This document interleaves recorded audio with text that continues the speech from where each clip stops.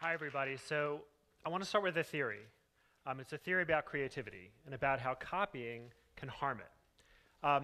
So to make new books, poems, films, music, new machines, new drugs is often very expensive.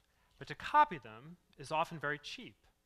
And so the theory says that if we just let copyists do their work and release knockoffs into the market, the knockoffs will compete with the originals, drive the price down, and the original creators will be unable to make any money from their creativity. Now, if they can't make any money from their creativity, who would do it in the first place? Right, so this theory says that we have patent laws and we have copyright laws to control copyists and to prevent this failure of creativity. So that's the theory. I want to show you a slide. On the left, you see a screenshot of Encarta. So this was Microsoft's encyclopedia. In the mid-90s, Microsoft was flush with cash, and they decided to do something very good for the world, which was create a computerized reference tool, an encyclopedia. And they hired lots of writers and editors, subject matter experts, and they set to work. And they released their work under a license that was protected by copyright, and they charged money for it. Right, so this was the business model of a company that at the time was the gold standard for creativity in the software field. Now on the right, you see a screenshot from Wikipedia. About the same time as Microsoft started doing its work, a bunch of people who seemed a little bit flaky and vaguely communist got together and they decided they were going to do an encyclopedia. Now their business model was very different from Microsoft's. So what was their business model? They relied on volunteers. They got a bunch of volunteers together and basically said, do your work. With very little control from above, they relied pretty much purely on the norms of the volunteers about accuracy and fairness and balance. Right? Now they did their work and then they released their work under a license that invited everybody to copy it, to adapt it, to redistribute the entries in Wikipedia for free. All you had to do was actually give attribution, say on your website that this information comes from Wikipedia. Now, who won?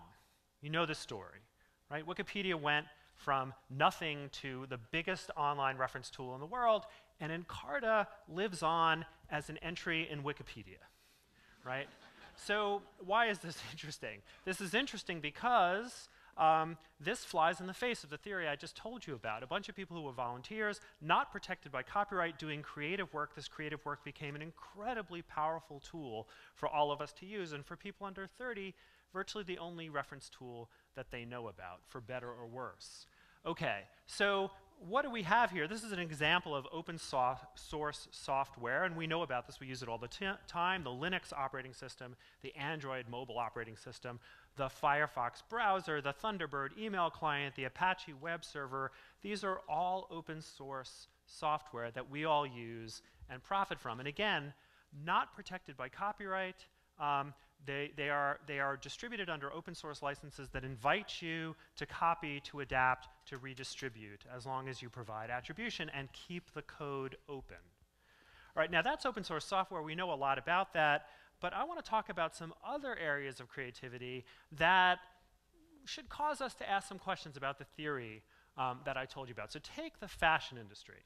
Okay, fashion is huge. It's $200 billion a year in the States, probably about $1.5 to $2 trillion a year worldwide.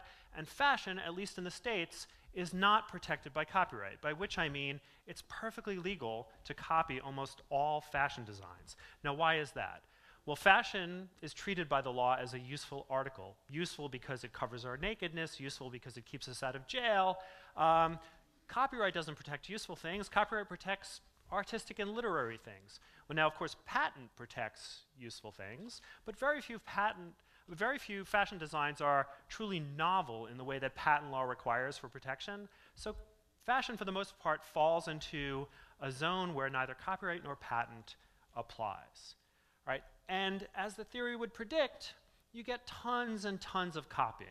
Right? If you go to the mall, you're probably familiar with this. Lots of clothes every season look alike. But you also get lots and lots of creativity. Right? The fashion industry is pumping out new designs all the time. It's a very profitable, thriving industry. So how is this possible? How does creativity thrive in fashion in the face of the freedom to copy. So my colleague Cal Rostial and I took a look at this and decided to see if we could figure out an answer to that question. So let me show you some shoes. So these are driving shoes. What makes a shoe a driving shoe? These are moccasins that have a rubber sole, and the sole runs up the back. So when 1%ers are driving their Ferraris, they don't scratch up the back of the shoe. Okay. So the original driving shoe was designed by a guy named Diego de Valle, and it was widely knocked off. And I know about driving shoes because back in 2005, I was shopping for clothes in a Nordstrom in Paramus, New Jersey, and I saw a table full of these driving shoes. And none of them look exactly the same, but they all look alike. So there's the original at the upper left and a bunch of copies, right? Now, if copyright applied, we couldn't have these copies, right? They'd all be illegal. But copyright doesn't apply, and so we have these variations on the original driving shoe. And what does this do? This creates a trend. The importance of trends in fashion can't be overstated. Shakespeare, in fact, had it all figured out several hundred years ago when in Much Ado About Nothing he said that I see that the fashion wears out more apparel than the man. The fashion wears out more apparel than the man. And this was a quote that sparked the first idea that Cal and I had about why the fashion industry seems to thrive in the face of copying. The fashion wears out more apparel than the man. Now, some of us buy our clothes and keep them until they fall apart. But for most of us, it's the fashion that wears out the apparel. We buy new clothes not because the clothes are ripping, but because the style has changed. Now, copying, actually, is the way in which styles change. So when we see a design that's become popular, it's been widely copied, and we recognize this design as part of a trend. So copying helps to set trends. The fashion forward among us hop on to the new trend. The copying continues. The trend becomes more widely spread. It becomes even ubiquitous. The fashion forward among us hop off the trend because we don't want to look like everybody else. So copying, which helped first to set the trend, now helps to destroy it. At the same time, the fashion forward are hopping off the trend that's in the process of being destroyed. Copying is birthing a new trend. And the fashion forward hop on. We later follow. Right? So this is the fashion cycle. We know all about this. We've known about this for a long time. What's new here is that it's copying that fuels it. Copying is not the enemy of innovation in the fashion industry. Copying is at the source of innovation. Style change happens in part because of copying. Now, Cal and I attached a name to this. We said this is a process of induced obsolescence. This is a process whereby copying both creates trends and then destroys them, drives the fashion cycle faster, drives a process that makes the fashion industry bigger and richer and more innovative than it would be without copying. Again, this doesn't fit with the theory with which I started. So now, this is not the only way in which copying and fashion go together. Let me give you another example, and again, I'll rely on shoes, this time women's shoes. So at lower right is a Christian Louboutin platform pump, and you can recognize that it's a Louboutin because it's got the red outsole, right? Now that's a trademark. You can't copy that legally, but as you can see, you can copy the basic look of the shoe, and not just copy it point for point, but spin out derivatives, spin out shoes that are similar but that add some new element. And of course, this was very recently a trend, and these platform pumps proliferated in large numbers. Now, of course, the copying helps set the trend, but the copying also does something else which is very valuable to the fashion industry. If you think about what consumers have to keep in mind when they get dressed, it's a pretty simple question. What's okay to wear? Now, what copying does is it sends a signal. This shoe is okay to wear. Why? Because it's been widely imitated, which sends a signal that this is going to be widely worn. And this, in an economist's way of thinking, reduces the transaction costs of getting dressed. It solves an information problem. If you reduce transaction costs, you make markets more efficient. So copying makes markets in clothing more efficient. It helps tutor people about what's in style, and this, again, grows the market for fashion. It makes the fashion industry bigger and richer and more innovative. For these reasons, copying is at the heart of innovation in fashion, not the enemy of it. Now that's important. Right? Fashion is a big industry, and again, it doesn't really work with the theory that I articulated at the beginning of the talk. But it's not just fashion. So I'm going to talk for a moment about an even bigger industry, food. So go back a few thousand years to a Greek city-state called Sybaris. And we have some evidence from a Greek writer called Athenaeus about a pretty curious intellectual property system. So the Sybarites, he said, were such luxury lovers that they wanted very badly new recipes. And so they had a law that gave the creator of a new recipe a 1-year exclusive right to prepare the recipe within the confines of the city. Right? That's a pretty modern-sounding intellectual property system that applies to recipes.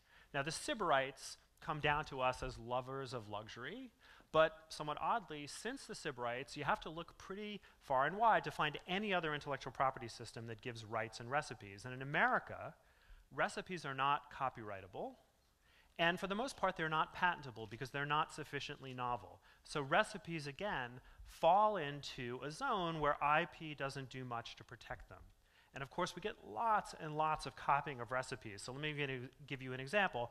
It's said that Jean-Georges von Gerichten invented the molten chocolate cake.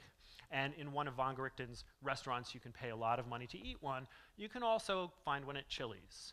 Now, I can say that the one at Chili's is pretty good. And it's a lot cheaper, so this is no knock on Chili's, right? They're copying von Gerichten, but they're perfectly entitled to do so. If you think about our restaurant culture in the US, it's not like we have any shortage of creative cuisine. We have a booming industry in creative cuisine with lots of creativity and new recipes coming up all the time. So how is that? How do we get all this creativity with no protections against copying, or very few? Well, there's a couple of explanations. One is that cookery involves mostly incremental improvements on the past.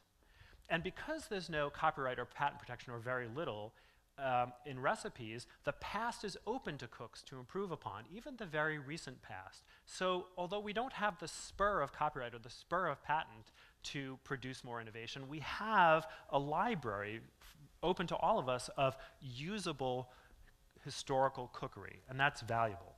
So here's another reason, and I think this is quite important.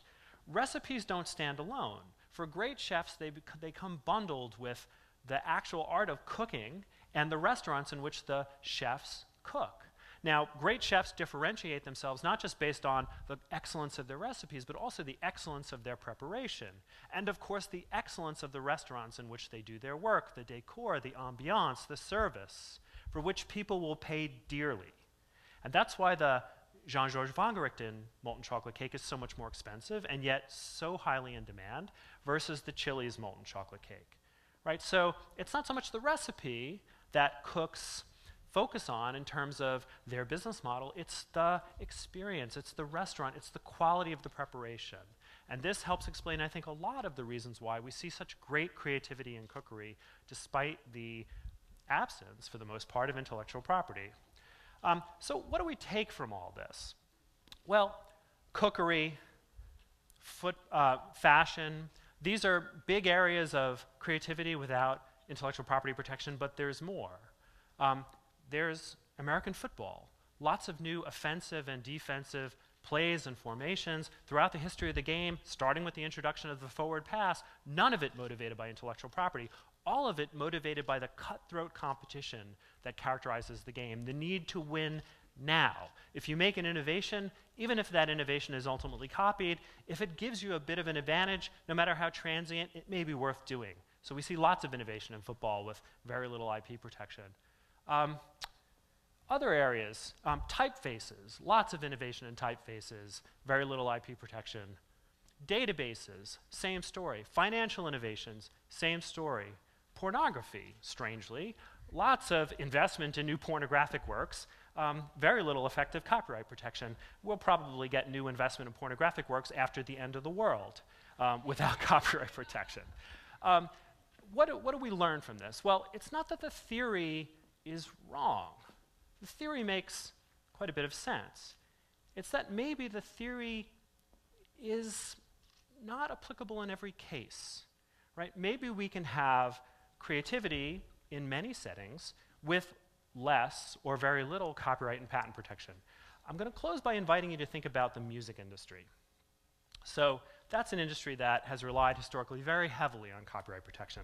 But you probably are all aware that starting in 1999, something called Napster popped up, and ever since, music piracy via peer-to-peer networks and now cyber lockers has been largely out of control of the law. Right? The music industry has tried to put the genie back in the bottle using copyright lawsuits. That strategy has failed utterly. We have a recording industry that has lost more than 50% of its revenues, right, since the advent of Napster. But at the same time, we have an explosion in musical creativity. The record industry may be dying. Music is very much alive. There's more new music and more good music, at least by my ears, than ever before. Now, how is that possible? I don't have the time to go into all the reasons, but I invite you to think for yourselves. And having heard a little bit about fashion and food and these other areas of creativity without copyright, I will hope you'll be a little less surprised. Thanks very much.